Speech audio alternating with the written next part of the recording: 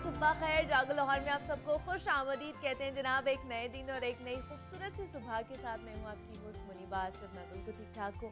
उम्मीद करती हूँ कि आप लोग भी इस वक्त जहाँ कहीं भी होंगे खैरियत से होंगे और यौम पाकिस्तान भरपूर अंदाज में आप लोग मना भी रहे होंगे, और जो नहीं अभी मना रहे उन लोगों ने तैयारी की होगी।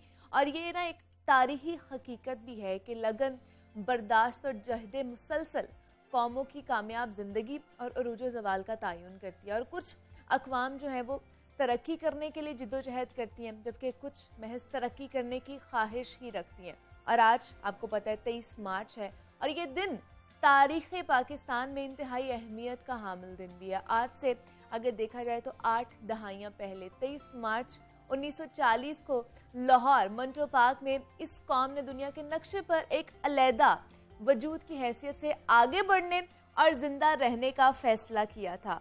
और आज के दिन ही हमारी करारदाद मंजूर हुई थी कि अब जो है वो पाकिस्तान एक अलग हैसियत होगी उसकी, हम अलग कौम कहलाएंगे। तो इसके हवाले से हम मज़ीद बात भी करेंगे कि आज का दिन मनाने का मकसद क्या है, किस तरह हमें मनाना चाहिए, किस तरह हमारा जोश हमें नज़र आना चाहिए। वो पूरा एक सेगमेंट है हमने आपके लिए तैयार किया हुआ है। लेकिन अब बढ़ते हैं अपनी पहली स्टोरी की जानिब। और बात हो रही थी मुल्क व कौम के अरूज व ज़वाल के हवाले से। तो दुनिया में वही कौमें कामयाब होती हैं जिसके शहरी मुस्बत सोच के हामिल होते हैं, और हमारी सोच, हमारे ख्यालात हमारी कामयाबी और नाकामी का तयन करते हैं।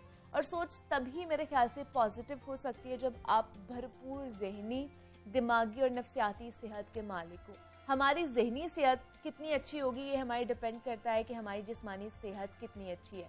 और एक मारूफ लातीनी कहावत है कि एक सेहतमंद दिमाग एक सेहतमंद जिस्म में ही मुमकिन हो सकता है। और जिस्म और दिमाग के दरमियान ताल्लुक एक मरबूत और बाहमी ताल्लुक है। जिस्म उससे ज़्यादा मुतासिर होता है जो दिमाग के साथ होता है, और सिमिलरली जो हमारे जिस्म के साथ हो रहा होता है वो हमारे दिमाग पर भी असरअंदाज होता है। तो इसलिए अच्छी सेहत के लिए बहुत ज़रूरी है कि जनाब सेहतमंद तर्ज ज़िंदगी अपनाया जाए। मुस्बत तर्ज ज़िंदगी मुस्बत सोच को फ़रोग देता है, और मुस्बत सोच बेहतर जिस्मानी सेहत से ही मुमकिन होती है। तो कौन कौन से अवामिल ऐसे हैं जिन्हें अपनाकर हम अपनी सेहत बेहतर कर सकते हैं, सेहतमंद जिस्म का हसूल कैसे मुमकिन बनाया जा सकता है, और इसके लिए हमारी ग़िज़ाई आदत कैसी होनी चाहिए, इस पर आज हम बात करेंगे। हमारे साथ इस वक्त मौजूद हैं आयशा खालिद हैं, क्लिनिकल न्यूट्रिशनिस्ट हैं। आयशा, मैं आपको खुश आमदीद कहती हूँ जागो लाहौर में। कैसी हैं आप? अल्हम्दुलिल्लाह।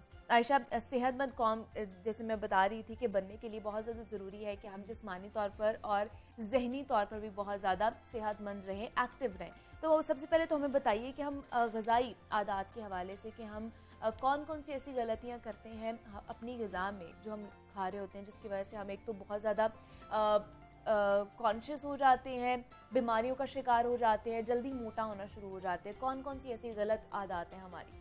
बहुत सारी चीज़ें हैं जिसमें अगर हम right from the beginning start करें, उठने से लेकर रात को सोने तक और रात के खाने तक हम बहुत सारी गलतियां करते हैं। जैसे एक सबसे बड़ी गलती ये है कि हमारा नाश्ता बहुत लेट होता है। आजकल चूंकि तर्ज ज़िंदगी कुछ इस किस्म का है, हमारी डेली लाइफ एक्टिविटीज़ इस किस्म की हैं, हमारे स्लीपिंग पैटर्न्स कुछ गैजेट्स की वजह से कि सब चीज़ें बहुत मिसमैनेज्ड चल रही होती हैं।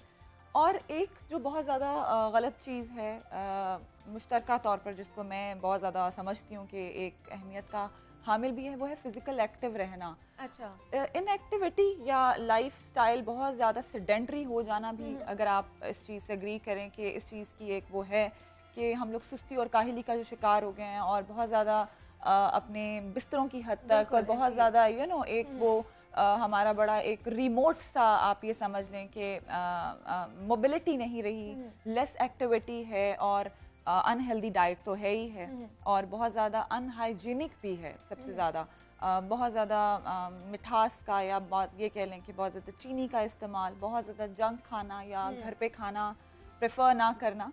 तो ये सब चीज़ें हैं जो कि आई थिंक कम्युलेटिवली एक उसको फ़रोग देती हैं। अच्छा, अच्छी सेहत को भी, and contrary to that negative मतलब हमारी सेहत भी जिसकी वजह से खराब हो रही है, वो ये सारे फैक्टर्स हैं जिसकी वजह से। जो कि साथ साथ मैं आपको बताऊंगी कि जैसे अगर हम एक हेल्दी टाइम की बात करें या एक ईटिंग पैटर्न की बात करें, तो कब से कब तक हमें अलाउड होता है या हम खा सकते हैं, क्योंकि डाइजेशन है हमारा नेचुरल मैकेनिज्म है कितने बजे हम नाश्ता करें तो उसके क्या इफेक्ट्स होंगे, और अगर यू नो टाइमिंग बहुत ज्यादा मैटर करती है। बिल्कुल।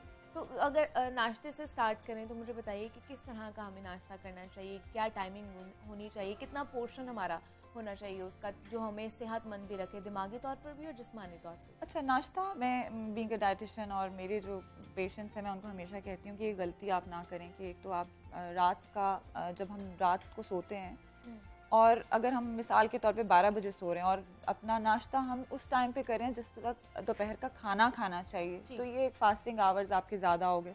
फास्टिंग आवर्स ज़्यादा होने से क्या होता है कि बॉडी का एक नेचुरल प्रोसेस है विच इज़ कीटोसिस, यानी बहुत ज़्यादा फास्टिंग गैप जब बढ़ता है तो कीटोसिस का प्रोसेस स्टार्ट हो जाता है, यानी फैट आपका टूटने लग जाता है, जो कि अक्सर आपने देखा होगा कीटो में भी होता है।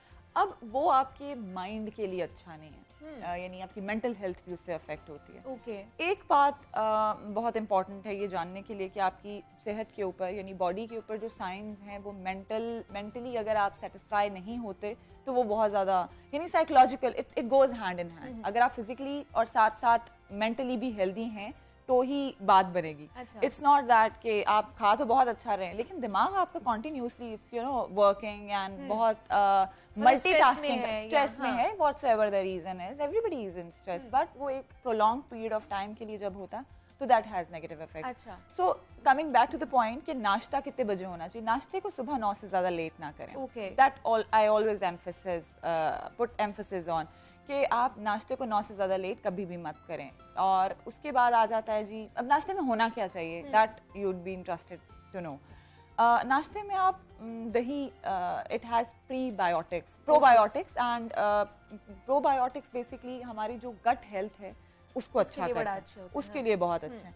अब हम जो आपने अक्सर देखा हो कि जिम करने वाले अफराद या बाकी लोग अननेचुरल चीज़ों की तरफ जा रहे होते हैं जो कि वो अद्वियात और उनसे ढूंढ रहे होते हैं, तो दही is very good when it comes to a good protein source, carb source and then एक अच्छा सबसे बड़ी बात प्रोबायोटिक का सोर्स, तो नाश्ते में इसको ज़रूर ऐड ऑन करें। और अगर आप इसको निहार मुँह ऐड करते हैं तो दैट्स बेस्ट, वो बहुत बेहतरीन है। यानी उठते ही आप आधा ग्लास पानी पी लें, नीम गर्म पानी, उसके बाद बहुत ज़्यादा गैप ना दें and have half cup of yogurt, ठीक है। उसके बाद अपना नाश्ता करें कोई आधे घंटे बाद, तो मैक्सिमम 9 बजे तक अपना नाश्ते से get done with your breakfast. Then comes the lunch तकरीबन कोई 1-2 बजे से ज़्यादा आप लेट ना करें। फिर जो बीच का टाइम है यानी 11 से 12 का टाइम, उसको मिड मॉर्निंग हम कहते हैं हमारी टर्म में। मिड मॉर्निंग में आप क्या कर सकते हैं कि एक आधा फल का इस्तेमाल कर सकते हैं। अगर आपने दूध मिसाल के तौर पे नाश्ते में नहीं पिया या दही आपने स्किप कर लिया, आप उस टाइम पे भी दही को इनकॉर्पोरेट कर सकते हैं। All you have to do is that manage करना है अपने चीज़ों को। हम अपने लिए बहुत सारे एक्सक्यूजेस रख लेते हैं कि यू नो मैनेज नहीं हो रहा है, टाइम बिजी है, एग्जैक्टली। तो ये सब चीज़ें you have to ultimately do it yourself. Nobody is going to come and आपको कोई आकर हाँ मोटिवेट तो जरूर कर सकता है, आप बैठे हैं हम बैठे हैं, मगर आपने अल्टीमेटली करना खुद ही है, उठना खुद ही है और सारा कुछ। तो then followed by the day सारा कुछ ये जिससे मैंने भी बताया कि ये छोटी छोटी चीज़ें, देन आप अपना टाइम अगर नाश्ते का ठीक है, खाने का ठीक है, कम्स द डिनर से पहले का जो, जैसे आजकल आप देख रही हैं दिन लंबे होते जा रहे हैं, सर्दियों में रातें लंबी होती हैं, तो 7 बजे तक भी आप अपना ऐड ऑन कर सकते हैं कोई शेक की सूरत में, स्मूदी की सूरत में, यानी कोई चीज़ अगर आपकी मॉर्निंग में स्किप हो जाती है तो उसको आप ओवर द डे खा सकते हैं। इनकॉर्पोरेट कुछ चीज़ें हैं जिनको मैं आपको आगे बताती हूँ कि उनकी टाइमिंग्स बहुत मैटर करती हैं। उनको आप रात के बजाय अगर सुबह में लेते हैं तो दैट मैटर्स, और सुबह के बजाय अगर रात में लेते हैं तो दैट आल्सो मैटर्स। अच्छा, so these are the little you no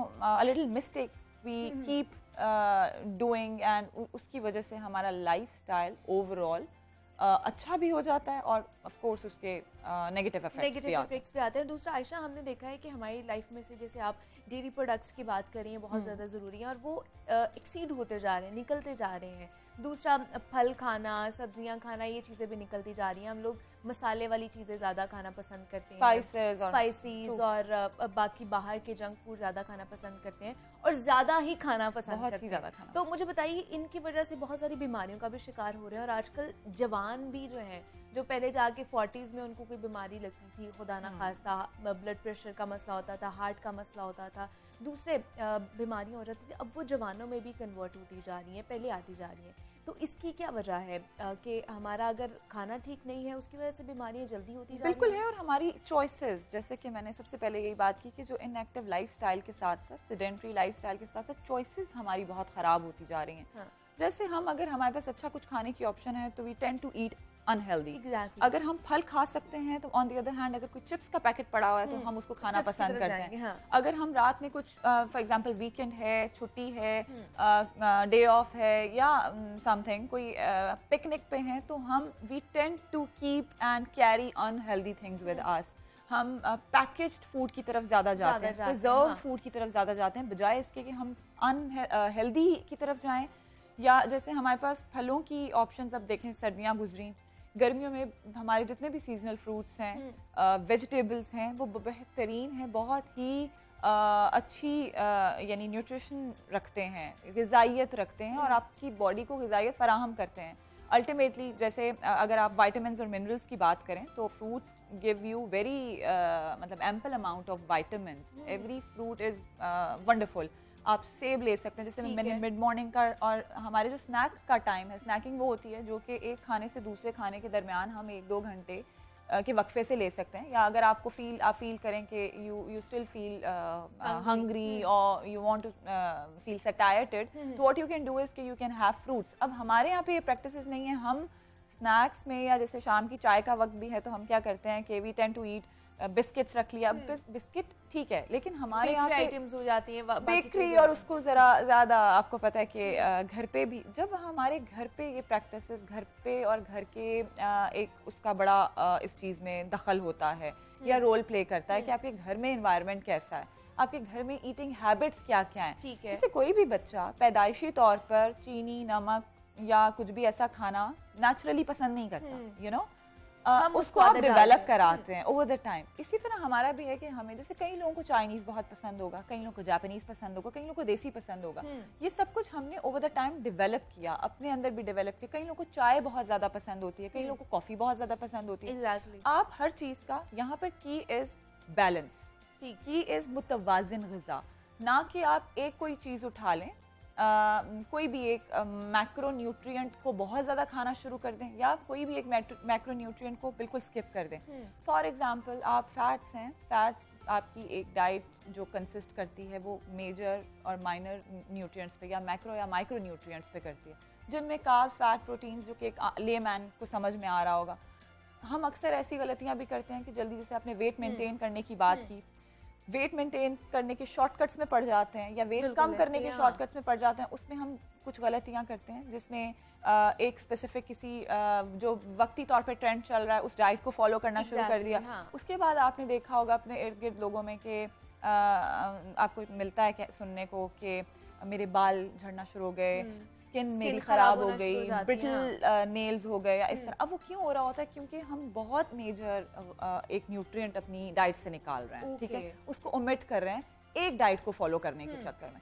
जब हम बैलेंस करते हैं तो हम हर ग़िज़ाई ग्रुप से यानी डाइट जो हमें चाहिए होती है RDAs के अकॉर्डिंगली पूरा करते हैं। यू नो, फ्रूट्स खाते हैं, वेजिटेबल्स खाते हैं, डेयरी में से यानी 1 से 2 कप जैसे RDA है या रिकमेंडेड एक वो है कि आप 1 से 2 कप दूध का, या जो लोग दूध पसंद नहीं करते वो दूध से बनी अशिया का इस्तेमाल कर सकते हैं। बिल्कुल चपाती है, आपको अगर वेट का बहुत ज्यादा इशू है या स्टक हो रहा है, आप क्या कर सकते हैं, चपाती जहाँ 2 से 3 खाते हैं आप वो 1 कर। बिल्कुल ऐसी बैलेंस डाइट रखें ताकि आपकी जो है लाइफ भी अच्छी रहे, सेहत भी अच्छी रहे और आप जिस्मानी और जहनी तौर पर भी सेहतमंद रह सकें। आयशा खालिद, क्लिनिकल न्यूट्रिशनिस्ट, हमारे साथ मौजूद है। Ayesha, thank you so much यहाँ पर आने के लिए और इस हवाले से हमसे बात करने के लिए, हमें टिप्स देने के लिए। और जितना आपकी जो ग़िज़ाई आदत जो है वो अच्छी होंगी उतनी आपकी सेहत भी अच्छी रहेगी। तो यहाँ पर एक छोटी सी ब्रेक लेते हैं, आपने कहीं जाना, मिलते हैं इस ब्रेक के बाद।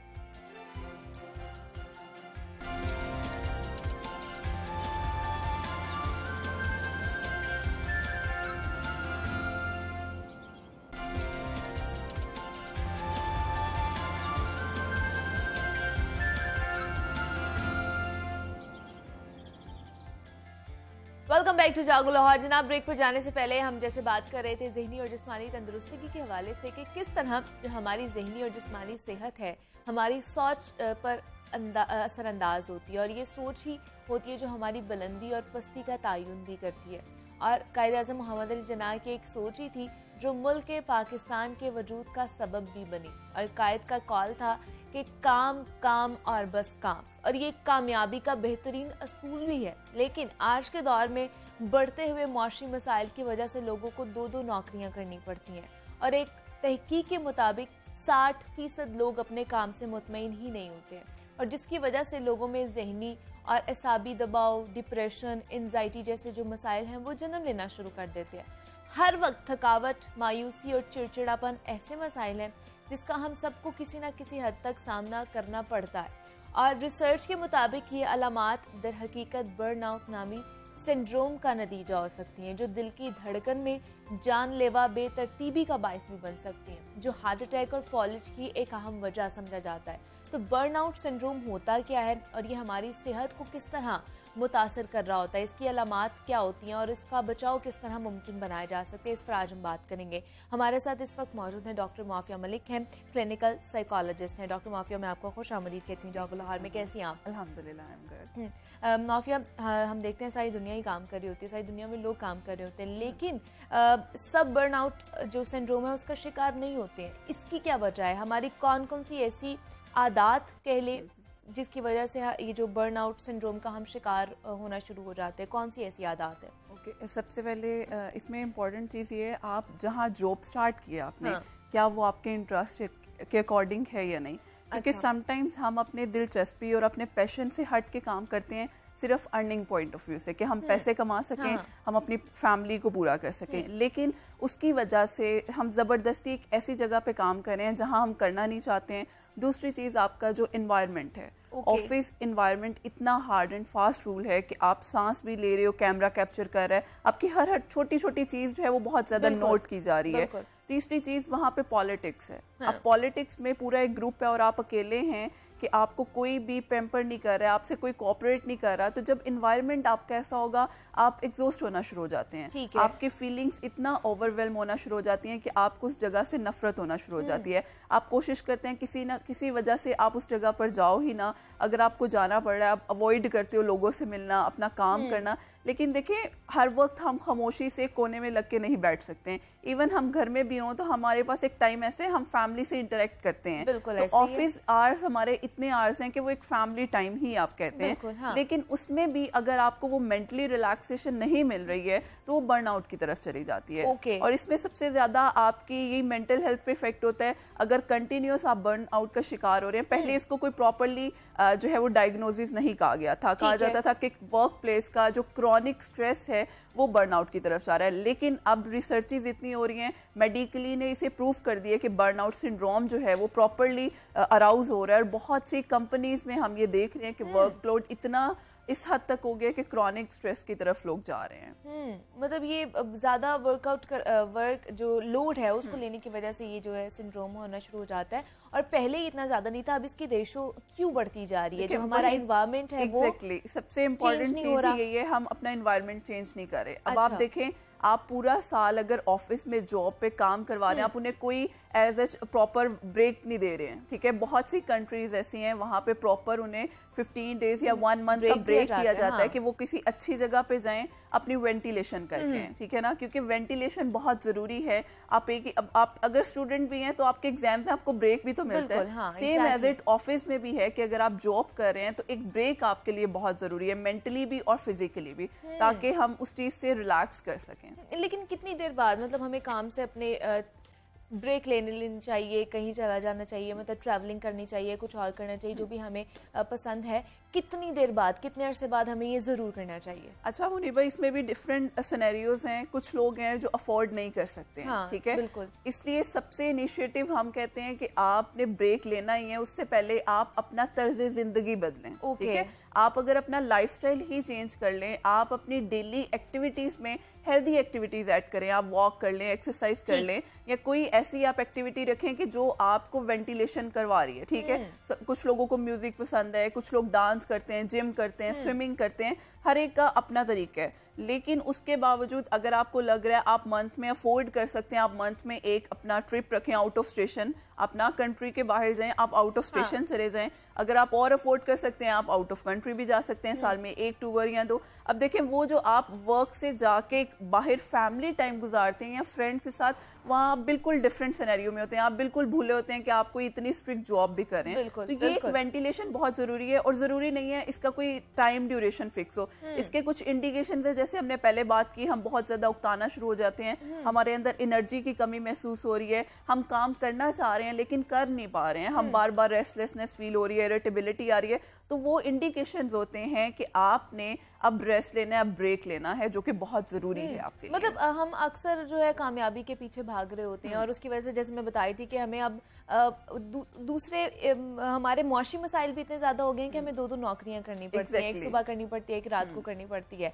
और जैसे मैं बात कर रही थी कि हम 2-2 नौकरियां करना शुरू हो जाते हैं, जिसकी वजह से हम एक कह लें कि मशीन बन जाते हैं, अपने लिए वक्त नहीं निकाल सकते हैं। तो वो जो इतना टफ हमारा स्केड्यूल होता है, हमें समझ नहीं आ रही होती, हमारी परफॉर्मेंस इफेक्ट करना शुरू हो जाती है।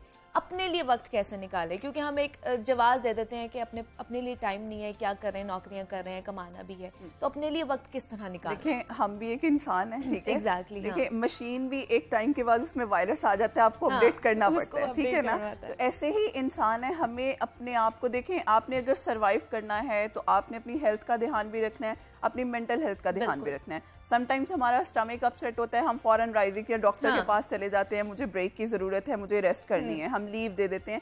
सेम ऐसे ही है कि आपको लग रहा है इंडिकेशन, जैसे मैंने प्रीवियसली बात की, अगर आपको वो साइंस बार बार फील हो रहे हैं, आपकी नींद पूरी नहीं हो रही है, आप घर में भी प्रॉपर्ली टाइम नहीं दे पा रहे हो, तो वहाँ आपके लिए ब्रेक लेना बहुत ज़्यादा ज़रूरी है। उसके लिए यही चीज़ है, आप अपनी लाइफस्टाइल को चेंज करें। देखिए हम लाइफस्टाइल को चेंज नहीं करते, लाइफस्टाइल में क्या है, हम अपनी डाइट भी चेंज नहीं करते हैं, हम फास्ट फूड इतना ज़्यादा यूज़ करते हैं जिसकी वजह से उसमें जो केमिकल्स हैं वो हमारे हार्मोन्स को इफेक्ट करते हैं, और हार्मोन्स इनडायरेक्टली जाके हमारी मेंटल हेल्थ को इफेक्ट करते हैं, और इससे हमारा मूड बहुत लो हो जाता है। आप देखेंगे जो डिप्रेशन या स्ट्रेस में आप देख रहे हैं वर्क प्लेस पे जो लोग काम कर रहे हैं, आप अगर उनकी डाइट को एनालिसिस करें तो ज्यादा फास्ट फूड है, वो एक बहुत बड़ा फैक्टर है। तो इसलिए आपको अपना लाइफस्टाइल चेंज करना है, आप हेल्दी इनटेक करें, उसके साथ साथ अपनी डेली लाइफ में हेल्दी एक्सरसाइजेस लाजमी रखें। देखिए जरूरी नहीं है म्यूजिक सुनना हमारे रिलीजियस पर्सपेक्टिव से नहीं है, तो आप कोई भी चीज जो आपके पर्सपेक्टिव से आपको अलाउ करती है, डांस है, आप ना उस तरह से प्रॉपर सबके सामने करें,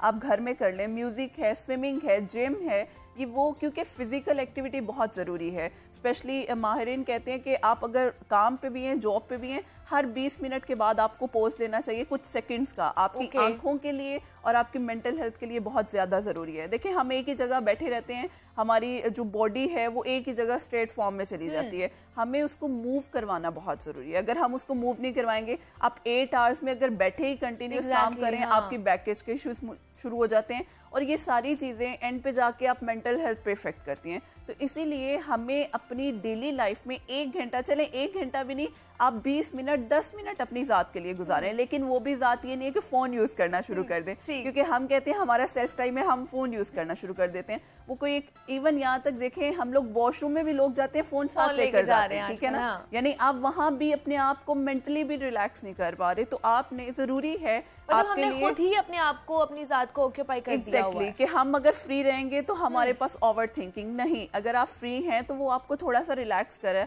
अब देखिए रात को सोने से पहले भी आप मोबाइल चेक करें तो आपके माइंड में वही चीजें हैं, अक्सर ख्वाब भी हम उसी तरह से देख रहे होते हैं, तो ये सारी चीजें हमें बहुत इफेक्ट करती हैं। अपनी रूटीन आप चेंज करेंगे, अपनी डाइट हैबिट्स आप चेंज करेंगे, तो ये सारे सिंड्रोम्स हैं या बर्नआउट सिंड्रोम जो है इसका शिकार हम नहीं होंगे। मौफिया मलिक क्लिनिकल साइकोलॉजिस्ट हमारे साथ मौजूद थी। मौफिया थैंक यू सो मच यहाँ पर आने के लिए और इस हवाले से आपने हमसे बात की है। उम्मीद करते हैं आपको सेगमेंट पसंद आया होगा। यहाँ पे छोटी सी ब्रेक लेते हैं, मिलते हैं इस ब्रेक के बाद।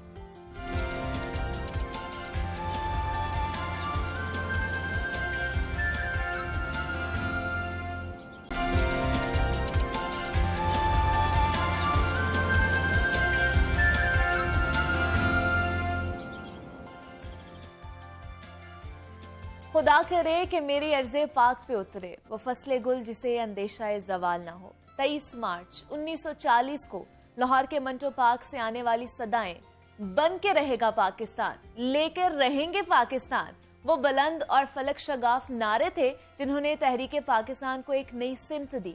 बरसगीर पर सदियों हुक्मरानी करने वाले मुसलमानों को जब बरसगीर में अंग्रेजों का तसल्लुत बढ़ता नजर आया तो उन्होंने अंग्रेजों के खिलाफ जंगे आजादी लड़ी और उस जंग में मुसलमान और हिंदू दोनों शामिल थे। लेकिन आजादी के बाद अंग्रेज के आताब का निशाना जो सिर्फ मुसलमान ही बने।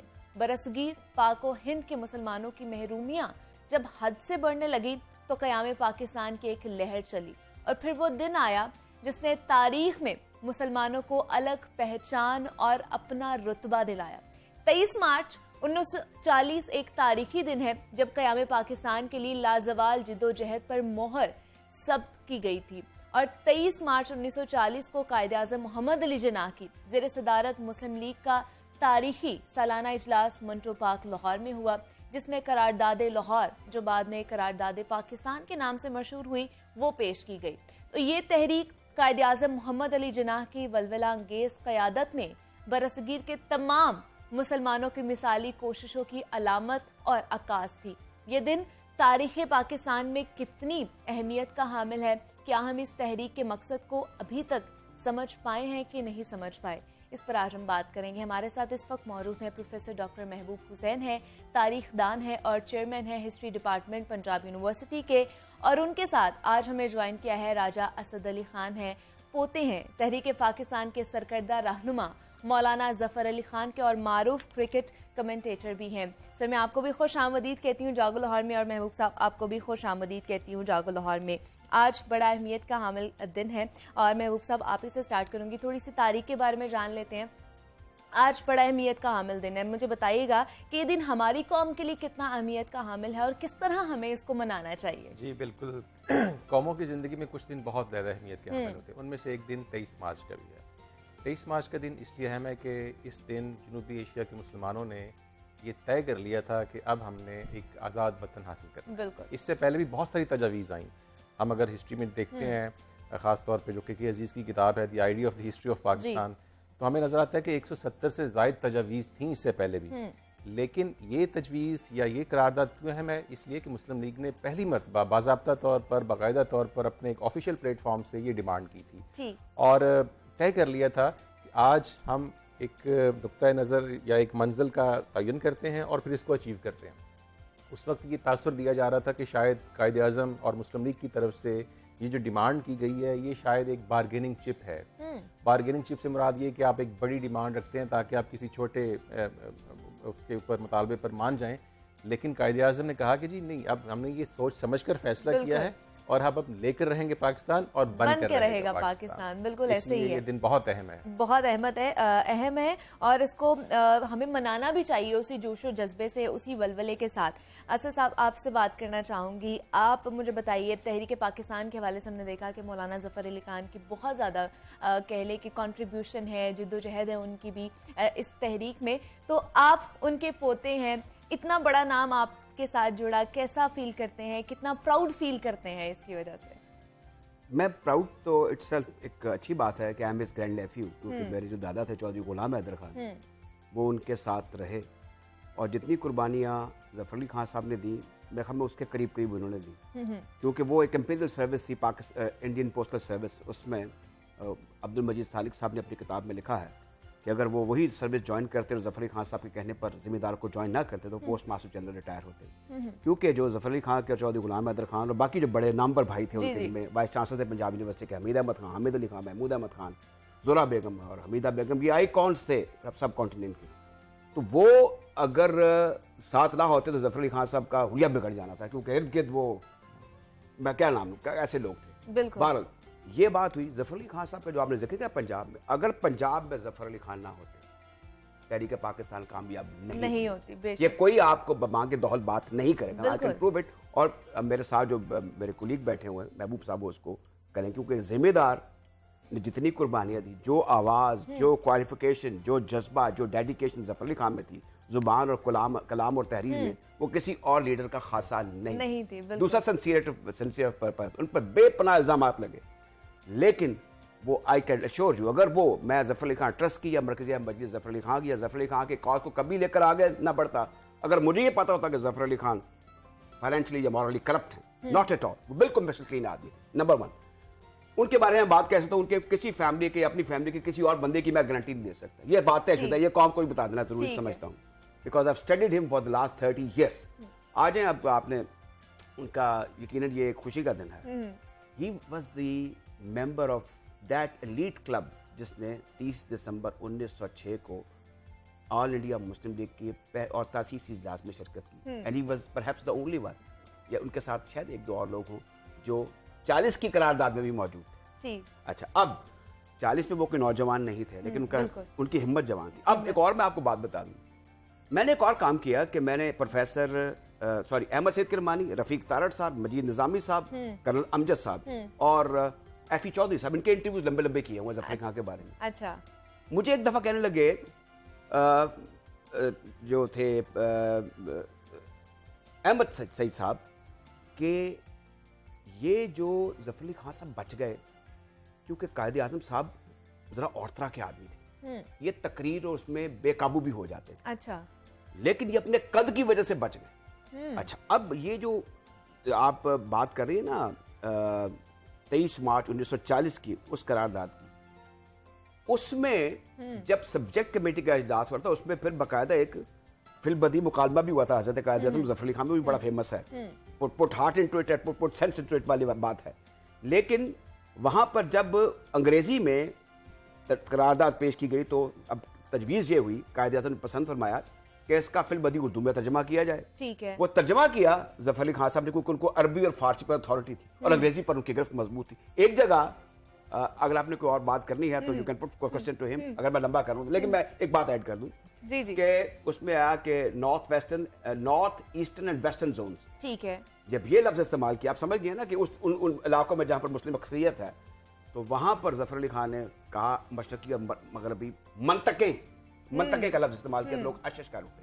वो इसलिए कि Zafar Ali Khan was not a खतीब, he was mentally, financially, socially involve थे इंडियन फ्रीडम मूवमेंट में, और उसके बाद Pakistan freedom movement, he was one of the foremost. Exactly, founder थे वो इस चीज के और इस मूवमेंट के। मैं महबूब साहब आपसे जानना चाहूंगी, जो करारदाद के जरिए हम लोग हसूल पाकिस्तान के लिए जो जिद्दोजहद कर रहे थे, जो हमें चाहिए था, जो हमने इरादा किया था वतन हासिल करने का, वो हमने कर लिया है क्या?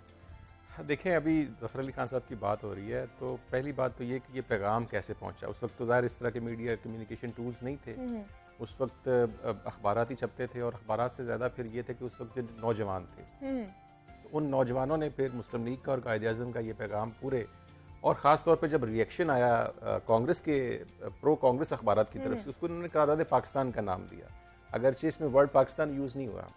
और आप देखें कि ये जो मुस्लिम अखबारात थे, ख़ास तौर पे जो हम जिक्र कर रहे हैं ज़मींदार अखबार का, जिसको लीड कर रहे थे जफर अली खान, इन्होंने, अब ये जो आपका सवाल है कि क्या हमने वो टारगेट अचीव कर लिए, देखें कौमों की ज़िंदगी में 70-75 साल की बहुत बड़ा अरसा नहीं होता, लेकिन अल्हम्दुलिल्लाह हमने इसके बावजूद भी बहुत सारे टारगेट अचीव किए। जब पाकिस्तान बना था, मैं तालीम के शोबे से ताल्लुक़ रखता हूँ, उस वक्त सिर्फ 2 यूनिवर्सिटियाँ थी पाकिस्तान में, लेकिन आज आप देखें कि 150 से ज़ायद पब्लिक सेक्टर की जामियात हैं, और हम दुनिया में हम एटमी ताकत हैं। बिल्कुल ऐसे।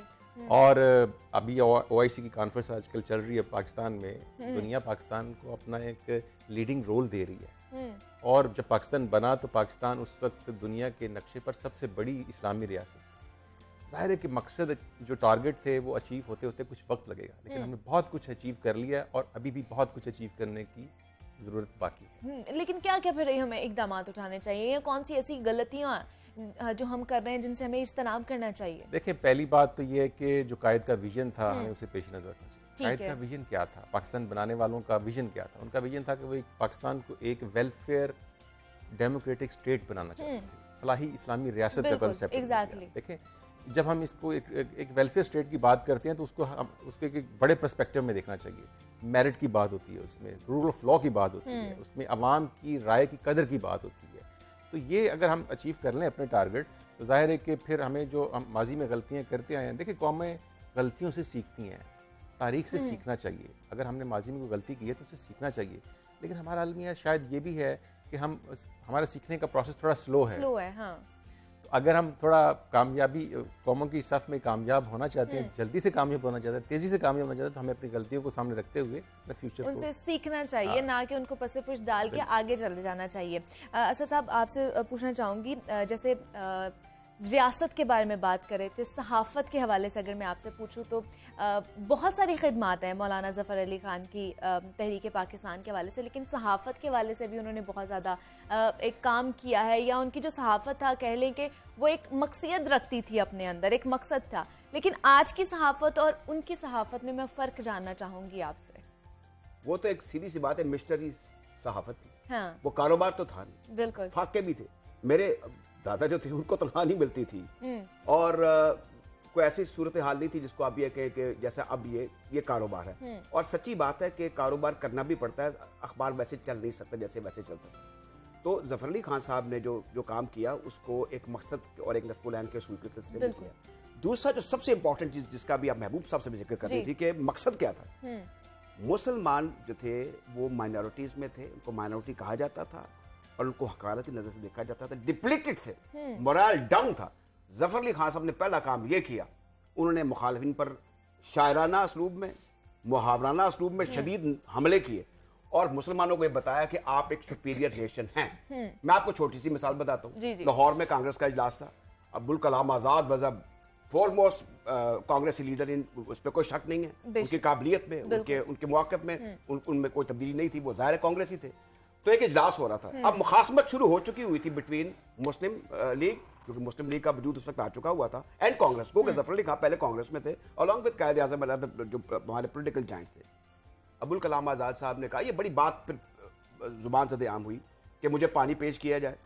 तो एक बुजुर्ग जो थे वो दाढ़ी थे, बारिश थे, वो हाथ में गिलास लेकर ऊपर कवर रख के तो उन्होंने पानी पेश कर दिया। ठीक है। अब अब्दुल कलाम आज़ाद साहब प्रोटोकॉल को पसंद फरमाते, उन्होंने कहा कि हाथ में जाम लिए पीरे मुगा आया। ज़फ़र अली ख़ान साहब पास बैठे, उन्होंने कहा मैं कशो शम तुम्हें फिर भी ना पीना आया। उसके बाद गुजरात में मुस्लिम लीग की एक बाई इलेक्शन से, जो ऑल मुस्लिम लीग का जो उम्मीदवार था उसकी हालत बड़ी पतली थी, वहां पर ज़फ़र अली ख़ान साहब को भेजा गया। ये वहां गए, उन्होंने कहा ये जो कांग्रेस का लीडर है, उम्मीदवार है, ये क्या करता है? उन्होंने कहा जी इसका ईंटों का कारोबार है, बड़ा अमीर आदमी है और उसका पोजीशन बड़ी तगड़ी है। मौलाना ने कहा कि कल बॉल चौकी की जाए और उस पर लिखा जाए कि अगर मी जोर से बरसा तो गिर जाएंगी दीवारें, कि ईंटें सारी कच्ची हैं हुसैन अहमद के भट्टे की। उसका भट्टा बैठकर वो हार गया। अच्छा, ये था इनका लेवल। पब्लिक लाहौर की जो हल्का था जहाँ पे वो खड़े हुए थे 47 और उसके इलेक्शन में, उससे पहले भी, वो कैसे जीते? इसलिए कि फॉलोइंग थी, यहाँ पर इतनी खराब हालत थी, लेकिन क्योंकि उनका एक पब्लिक इमेज था। दूसरा उन्होंने शायरी की ना, एक तो हम अल्लामा इकबाल हमारे लिए एक तोहफा है, हम उन पर फख्र करते हैं, उनके साथ शायर कोई होगा नहीं, लेकिन ज़फ़र अली ख़ान ने जो जुबान इस्तेमाल की वो अवामी थी, और वो अवामी ऐसी आवाज थी जो आग लगा देती थी। जो इदारिये थे वो आग लगा देते थे। मैं इसलिए इदारियों को छापने के हक में था। ये जानती उन्होंने छाप दिए हैं, ये कुछ काम कर रहे हैं जो ज़फ़र अली ख़ान ट्रस्ट पहले छाप रहा था, कि उसने असल में वो इदारिया होता था, वो पढ़ा जाता था, वो इस तरह पढ़ा जाता था कि लिटरेट नहीं होते थे मुसलमान, खासतौर पर KPK के इलाके में, सरहद में, तो एक आने का अखबार लिया जाता था और 2 आने देकर उसको पढ़ाया जाता था। तो ये वो मैसेज था जो मीडिया के जिक्र कर रही है, जब टेलीविजन जुबान से आम हो गया और बहुत से लोग हो गए हैं, बड़ी अच्छी बात है, इसमें इन्वॉल्व हो गए हैं, जुबान बन गए, रोजगार भी लोगों के शुरू हो गए, दैट्स अ नाइस थिंग। लेकिन उस वक्त सिर्फ एक मीडियम था और वो था प्रेस, और वो था मुस्लिम मीडिया, बिल्कुल, या मुस्लिम प्रेस आप कह सकते हैं। एग्जैक्टली, एक ही मीडियम था। लेकिन मैं महबूब साहब आपसे जानना चाहूंगी, आज के दौर में अगर हम बात करें तो हम देखें तो हर कोई तकसीम हो चुका है, कोई कह लें कि ज़बान के हवाले से तकसीम हो चुका है, कुछ कल्चर के हवाले से तकसीम हो चुके हैं, हम खुद ही यहाँ पे भी गिरोह बनते जा रहे हैं। तो हम अपनी पूरी कौम को किस तरह इकट्ठे कर सकते हैं? क्या सजेशन आप देंगे हमें? देखें, इसमें 2-3 चीज़ें हैं। पहली चीज़ तो जो लीडरशिप है उसका बड़ा बुनियादी रोल है। ठीक है। अगर हम क़याम पाकिस्तान से पहले की बात करें, उस वक्त भी ज़ाहिर है कि यहाँ पर मुख्तलिफ कम्युनिटीज़ थी, मुसलमानों के कई तबकात थे, मसलक के हवाले से भी और पोलिटिकली भी, लेकिन कायद-ए-आज़म जैसी लीडरशिप जो थी उन्होंने मुसलमानों को इकट्ठा किया, एक झंडे तले इकट्ठा किया। अभी भी एक लीडरशिप की ज़रूरत है, और जो लीडर होता है वो कौम को इकट्ठा करता है। फिर दूसरा मैं समझता हूँ कि तालीम जो है, लोगों को जब हम एजुकेट करेंगे और उनको बताएंगे कि हमारे फ्रोई इश्यूज़ क्या हैं, ग्रोई इश्यूज़ क्या हैं, और लिसानी इश्यूज़ क्या हैं, और हमें एक कौम कैसे बनना है, बिल्कुल, तो इन 2 इश्यूज़ को जब हम टैकल कर लेंगे थ्रू लीडरशिप और थ्रू एजुकेशन, तो फिर यकीनन ये जो तकसीम है, वैसे यूनिटी जो होती है ना वो डाइवर्सिटी में भी नजर आती है। और पाकिस्तान जाहिर है कि यहाँ पर मुख्तलिफ कल्चर हैं, मुख्तलिफ अकवाम हैं, मुख्तलिफ तबकात हैं, मुख्तलिफ मसालिक के लोग हैं, लेकिन एक गुलदस्ते की मानिंद रहना चाहिए। बिल्कुल ऐसे ही है। राजा असद अली खान हमारे साथ मौजूद थे और प्रोफेसर डॉक्टर महबूब हुसैन हमारे साथ मौजूद थे। आप दोनों का बहुत ज़्यादा शुक्रिया कि आप लोग यहाँ पर आए, वक्त निकाला आप लोगों ने। खास तौर पर आज के दिन के हवाले से 23 मार्च मनाया जा रहा है बड़े जोश और जज्बे के साथ। और जनाब हमने बात की है कि आज के दिन की क्या अहमियत है, किस तरह हमें मनाना चाहिए, क्या क्या मकासद थे इस दिन के। तो उम्मीद करते हैं कि आपको बहुत सारी चीज़ें जो हैं वो आज पता चली होंगी। मुझे यहाँ पे एक छोटी सी ब्रेक लेनी है। ब्रेक पर जाने से पहले ISPR का नगमा था, शाद रहे पाकिस्तान, आप वो सुनिए। मिलते हैं इस ब्रेक के बाद।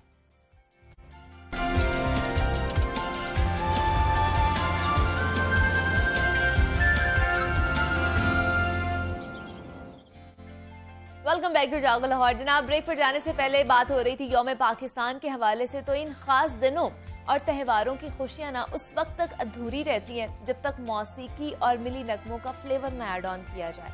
और जनाब हमने भी आज ऐसे मेहमानों को मदू कर रखा है जो जब गाते हैं तो एक समा सा बन जाता है। वैसे तो गजल गायकी आपको पता है बरसगीर पाक व हिंद में हमेशा से ही एक मुश्किल फन समझा जाता है और इसकी समात एक खास ज़ौक भी समझा जाता है। लेकिन वो गजल और कलाम इस अंदाज में गाते हैं कि सुनने वाले सुनते रह जाते हैं। पंजाब कॉलेज से उन दोनों का ताल्लुक है और पंजाब ग्रुप ऑफ कॉलेजेस हस्बे रिवायत अपने उन होनहार तालिब इल्म को सलाहियतें हैं जो उनकी वो निखारने की पूरी कोशिशें करता ही रहता है। और उनकी खूबसूरत आवाज़ में हम मिली नगमे भी उनसे सुनेंगे, उनसे कुछ गपशप भी लगाते हैं। तो हमारे साथ इस वक्त आयशा अकबर मौजूद हैं और उनके साथ एहसान अशरफ ने भी हमें ज्वाइन किया है। आयशा मैं आपको भी खुश आमदीद कहती हूँ और एहसान आपको भी खुश आमदीद कहती हूँ। कैसे हैं आप दोनों? अल्हम्दुलिल्लाह ठीक ठाक हैं। अच्छा जी, सबसे पहले तो मुझे आयशा आप बताएं कैसे मौसीकी का शौक कैसे आपको हुआ, किन से इंस्पिरेशन आपको हासिल हुई? मेरे पेरेंट्स की वजह से, मेरे बाबा क्योंकि इस फील्ड से ताल्लुक़ रखते हैं, ठीक है, तो ऐसे समझे कि जैसे नस्ल दर नस्ल चल रहा है। तो उनकी विश थी कि मैं भी मैं नेशनल सॉन्ग भी पढ़ती हूँ और इसके साथ साथ मैं नातख़्वां भी हूँ अल्हम्दुलिल्लाह। तो मैं चाहती हूँ कि दीन की मोहब्बत के साथ साथ वतन की मोहब्बत को भी एक साथ लेकर जाया जाए। वाह क्या तो बात है, क्या बात है। तो बस फैमिली से है और अल्हम्दुलिल्लाह मैं बाकायदा टीचर से सीखती भी हूँ, डिफरेंट उस्ताद से जो मुल्क के मारूफ सना ख्वान मुस्तफा। अच्छा। तो बचपन से पढ़ रही हूँ और बहुत से कॉम्पिटिशन्स भी विन किए हैं। I am gold medalist from PTV home all Pakistan माशाल्लाह में। और नेशनल सॉन्ग के भी मैंने पंजाब यूनिवर्सिटी से ऑल पाकिस्तान कंपटीशन विन किया अल्हम्दुलिल्लाह। तो एहसान आप हमें बताइए आपको कब शौक हुआ कि आपने मौसीकी की तरफ आना है और किन से इंस्पिरेशन आपको मिली? जो इंस्पिरेशन है मेरी नुसरत अली खान साहब हैं। अच्छा। और शौक़ मुझे इस तरह हुआ कि मेरे जो फादर हैं वो साउंड इंजीनियर हैं, मतलब उन्होंने काफ़ी सिंगर्स के साथ काम किया हुआ है और करते हैं इस तरह। मतलब उनके साथ मैं शोज़ पर, कॉन्सर्ट्स वगैरह पर जाता था, तो मतलब काफ़ी मतलब ठीक है। एहसान आपसे बात करते हैं। आयशा मुझे आप बताइए कि कॉलेज के हवाले से मैं आपसे पूछना चाहूँगी, पंजाब कॉलेज के हवाले से, कि वहाँ पर किससे आप सीखती हैं और कौन उस्ताद हैं आपके, किस तरह प्रैक्टिस वहाँ पे कराते हैं? वहाँ पर हमारी मैम हलीमा है जो न्यू जनरेशन को प्रमोट कर रही हैं, अच्छा। न्यू टैलेंट को प्रमोट कर रही हैं। और मैं PCLS के मेंबर हूँ अल्हम्दुलिल्लाह। मैं फुल स्कॉलरशिप पर, नात बेस पर, टैलेंट बेस पर वहाँ पर पढ़ रही हूँ। तो वहाँ पर यही है कि अक्सर कभी भी कोई कंपटीशन, कोई भी प्रोग्राम होता है तो बाकायदा उसकी रिहर्सल्स होती हैं पहले। वहाँ आर्टलैंड में बाकायदा टाइमिंग होती हैं और अच्छा। रिहर्सल्स की जाती हैं, फिर आगे परफॉर्म किया जाता है। बिल्कुल ऐसे ही और है। वो बिल्कुल मैम की वजह से, उनके एफर्ट्स की वजह से और उनकी दुआओं की बदौलत अल्हम्दुलिल्लाह, और आज भी हम उनकी वजह से ही यहाँ पर मौजूद हैं आपके साथ। बिल्कुल ऐसे ही है। एहसान आपसे पूछना चाहूँगी, आप मुझे बताइए कि आप लोग किस तरह प्रैक्टिस करते हैं, कौन आपको सिखाता है वहाँ पर कॉलेज में? जी इस तरह होता है कि मतलब प्रैक्टिस इस तरह होती है कि मतलब सबको, मतलब जब हम क्लासेस में होते हैं तो मैम फ़ोन करती हैं कि आ जाओ कल इवेंट है, तो इस तरह हम मतलब सब एक दूसरे से कोऑर्डिनेट करते हैं कि आप इस टाइम पहुँचे, मतलब या कोई पहुँच जाता है वो कहता है कि मैं इंतज़ार कर रहा हूँ, आ जाओ मैं, मतलब तो इस तरह करके मतलब फिर मैं ही मतलब बाजा वहाँ पे ना हारमोनियम प्ले करता हूँ। ठीक है। तो इसी तरह प्रैक्टिस होती है। हाँ जी, प्रैक्टिस हो जाती है। तो एहसान क्या सुनाने वाले हैं आप हमें? जी मैं मिली नगमा सुनाने वाला हूँ, ए वतन के सजीले जवानों। जरूर, चल। माइक दे दे।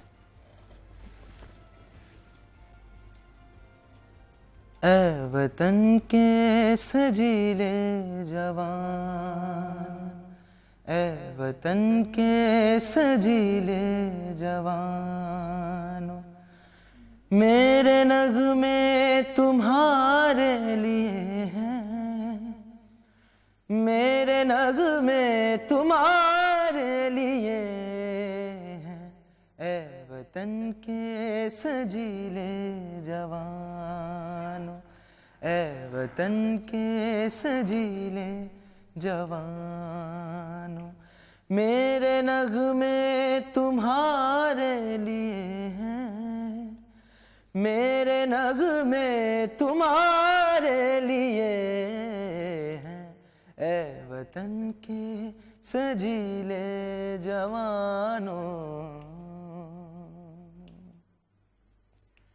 सरफरोशी है ईमान तुम्हारा, जुर्रतों के परस्तार हो तुम, जो हिफाजत करे सरहदों की, वो फलक बोस दीवार हो तुम, ए शुजात के जिंदा निशानों, मेरे नगमे तुम्हारे लिए हैं, मेरे नगमे तुम्हारे लिए हैं। बहुत ही खूब एहसान, बहुत ही अच्छा मिली नगमा Thank you so आपने much. पढ़ा है। और आयशा, आपसे भी हमने मिली नगमा सुनना है। रोशन मेरी आँखों में वफा के जो दिए हैं, रोशन मेरी आँखों में वफा के जो दिए हैं, सब तेरे लिए हैं, सब तेरे लिए हैं, वादे तेरी मिट्टी की कसम जो भी किए हैं, सब तेरे लिए हैं, सब तेरे लिए हैं, रोशन मेरी आँखों में वफा के जो दिए हैं, हर शाम नया चांद तुझे देखने आए, साथ अपने सितारे तेरे नजराने को लाए,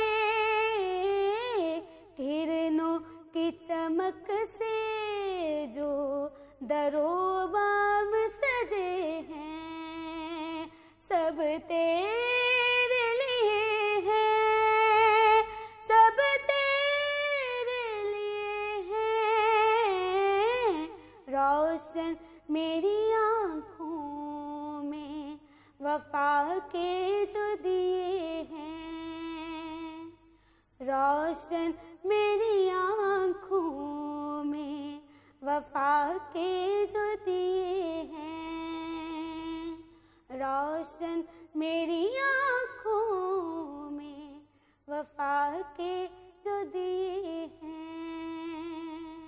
क्या बात है जनाब, क्या बात है, बहुत ही अच्छा आयशा, बहुत ही अच्छा। मुझे बताइए, प्रैक्टिस कितनी देर करते हैं रोजाना? टाइम नहीं है, हर वक्त ही करते रहते हैं, गुनगुनाते रहते हैं हर वक्त ही। मतलब कॉलेज में बाकायदा प्रैक्टिस करवाते हैं वहाँ जी, पे? कॉलेज में भी बाकायदा प्रैक्टिस होती है, और उसके अलावा जिन टीचर से मैं सीखती हूँ उनकी बाकायदा क्लासेस होती अच्छा, हैं। वीक में 3 डेज उनकी क्लासेस होती हैं, तो मैं जाती हूँ, उनसे सीखती हूँ बाकायदा, प्रैक्टिस भी करती हूँ, और practice makes man perfect. Exactly. तो प्रैक्टिस तो बहुत ज़रूरी है, जैसे मैथ्स के लिए प्रैक्टिस बहुत ज़रूरी है, वैसे आपको कुछ वोकल के लिए प्रैक्टिस बहुत ज़रूरी है। बिल्कुल ऐसी है, उससे प्रैक्टिस के आपकी बगैर। आवाज़ पक्की होती है और उसमें थ्रू आता है। बिल्कुल ऐसे ही है और वो पता भी चल रहा है कि आप इतनी प्रैक्टिस करते हैं और आपका थ्रो भी बड़ा अच्छा है। तो जनाब उम्मीद करते हैं कि आज का जो पूरा शो है आपको बहुत अच्छा लगा होगा। हमारे साथ आयशा मौजूद थी और एहसान मौजूद थे। आप दोनों का बहुत शुक्रिया कि आप दोनों यहाँ पर आए हैं। और जाते जाते एहसान आपसे एक और हमने मिले नगमा सुनना है और मुझे अब आपने इजाज़त देनी है। अपना बहुत सारा ख्याल रखिएगा, कल आपसे दोबारा मुलाकात होगी। और जाते जाते एहसान से एक और मिले नगमा सुनते हैं। एहसान।